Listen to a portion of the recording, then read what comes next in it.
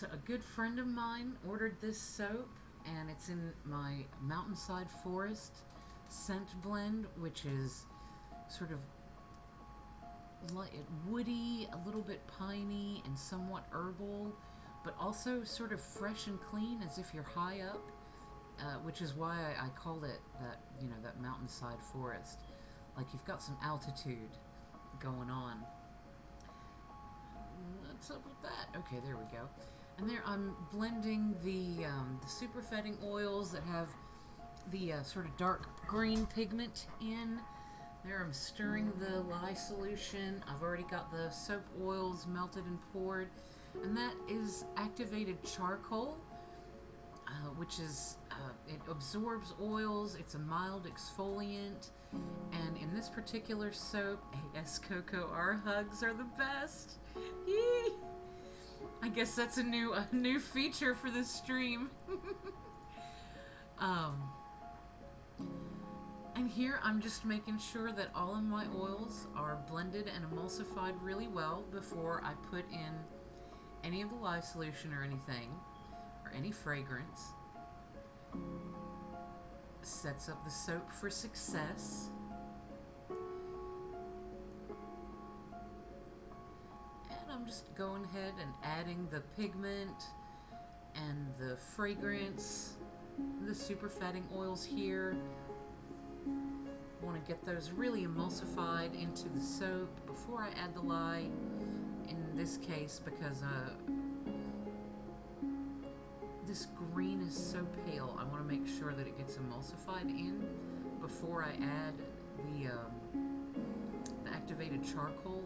I didn't want the activated charcoal to completely destroy the color of the green, so I wanted it in the soaps before the lyes. A lot of times you'll see me add the fragrance and the pigment after the lye, mostly for the sake of the fragrance. And this one I made an exception because of the charcoal and the swirling that I wanted to do.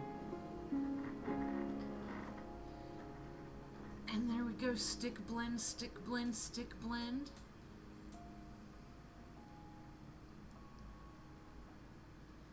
That lye solution is heading in now.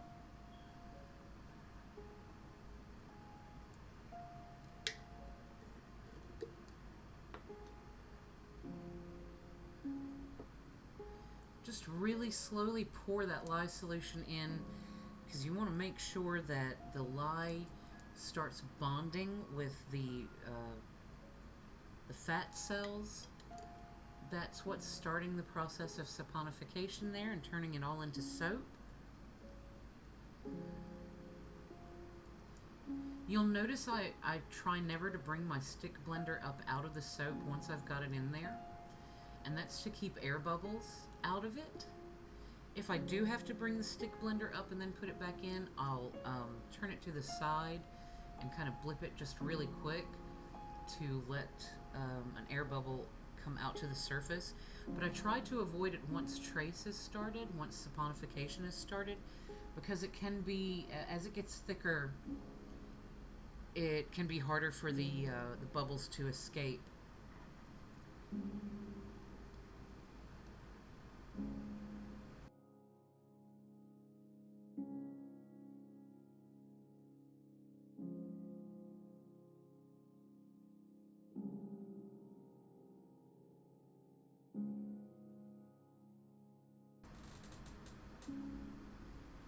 More good blending. Working this to trace. I wanted to get it to a nice thick trace too, also for the activated charcoal, because again, I didn't want to just make a black soap out of it. I wanted for the charcoal to swirl into the soap without completely overtaking the color. And so the thicker you get it, the better. It kind of will sit in the soap as opposed to blooming like a dye. If I wanted an all black soap, I would have put it in with the superfatting, just like any other pigment, and then blended And the all black, like the black soaps are really nice. I really should do some black background swirl soaps. Those would be really, really cool. You can see it's starting to thicken up. It's getting a little bit more pudding-like now. You can see that, you know, when I drip there, it's starting to hold its shape. So I'm going to go ahead and start adding some of the activated charcoal here.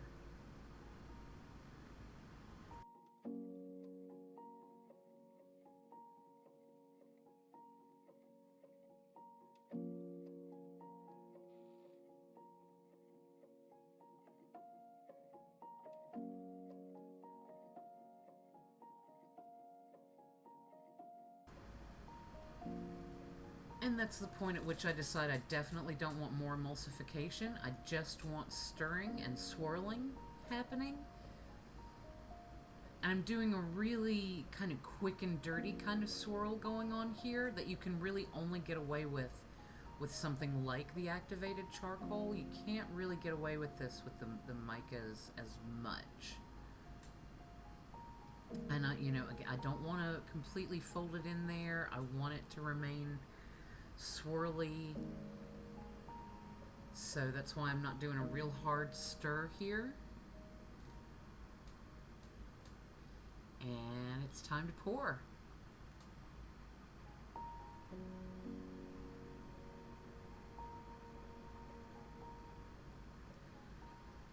I can understand that. Halloween, I just don't think that people should be made to feel like they should apologize for themselves. People who snap at you should probably apologize to you. And here I'm adding a layer of straight activated charcoal. That'll be in the center of each soap to help with the oil absorption and a little bit of exfoliation, and give each soap a sort of a nice dark little stripe right in the center.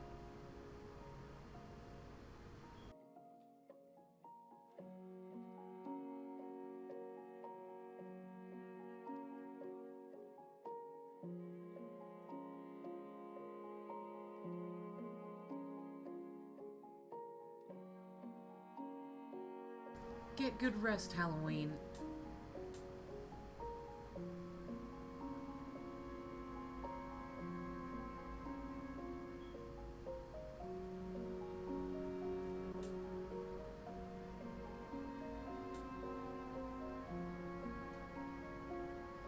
So here we're just depending on the sort of random nature of the pour to give us the swirls, since we've already sort of stirred in the activated charcoal. You know, we're just letting the soap be and pour it in, and, you know, not really trying to direct it too much, which is really fun. Sort of, I love the sort of random art nature of it.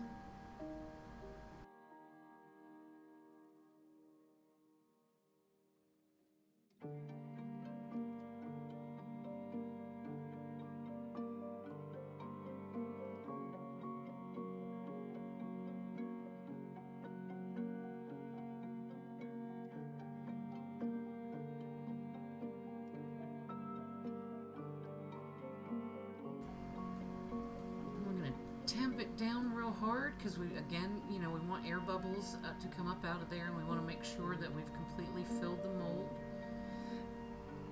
I'm going to do a nice finishing swirl on the top here.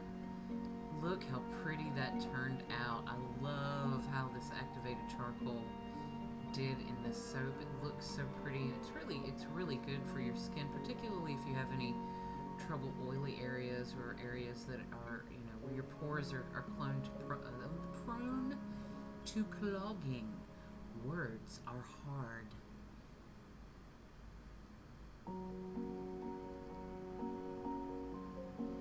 I've also gotten some new exfoliants in. I've got orange dried orange peel and dried lemon peel. And those are great exfoliants that give a little citrus burst to any of your soaps.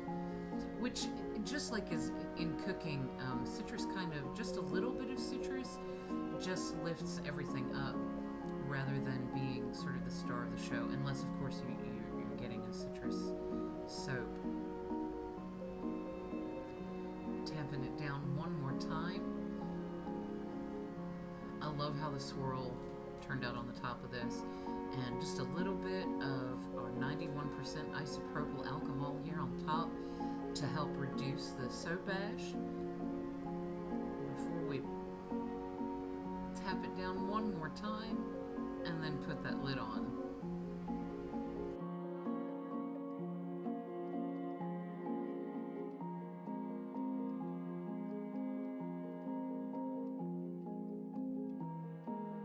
And then I've got that lube on. Let's check our tea. Ooh, look how pretty the tea is becoming. Such a nice, deep, rich color. And the other one is blooming in the back. It'll certainly fall down to the bottom soon, I think.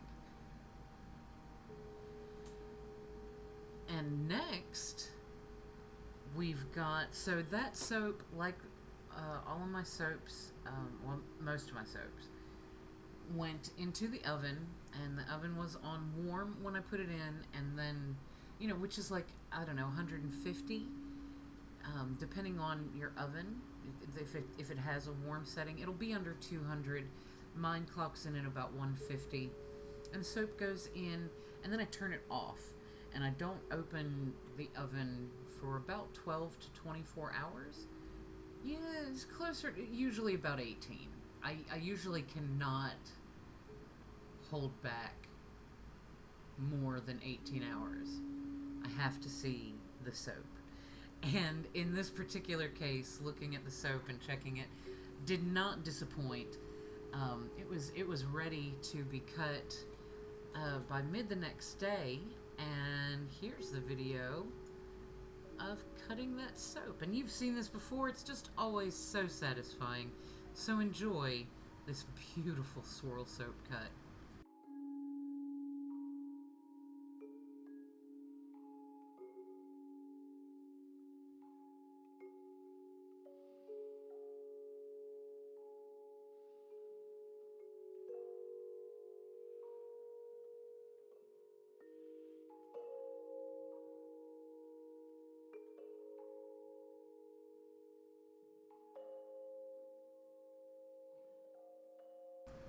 You can see where I put that layer of activated charcoal in the center. It gives it like that dark, intense stripe in the center. Oh, here we go. Here's the good stuff. This one was an easy soap to cut. You know, this is not one of my experimental soaps. This is one that I've done over and over, so no no hesitation, no nothing. And then look how this turned out. Oh, so pretty. So the friend who ordered these, they did only order the half loaf, and so the other half of the loaf is available, and that's my, you know, if somebody wants the entire half a loaf, that's the 35 plus shipping. This one's got the activated charcoal, so that's $37.50 plus shipping. And if somebody wants just one of these, those are $8 a piece. And you can always check out my website, www.coconutcreamsoap.com, and the link is in the text there below the screen if you want to pick one of these up. Or order a different scent with some activated charcoal. That should turn out really pretty too. And like usual, you know, I'll film making your soap and probably premiere it on the stream sometime. I love that one. Look how that one turned out. It looks like it's got feathers. Sorry about the camera. I try to keep up with it. That one looks like tears. I love it.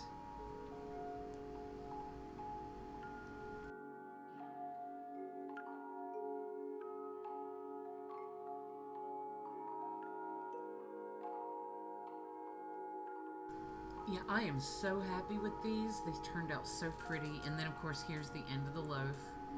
Just getting the last 2 bars and my tiny little tester sliver. Because every single batch of soap and every single batch of bath bombs or anything, I make a tester. And I test it myself before it goes out the door. I test it for, lather if it's a soap. I test it for clean, for rinse. I test it for hardness. I test it for scent.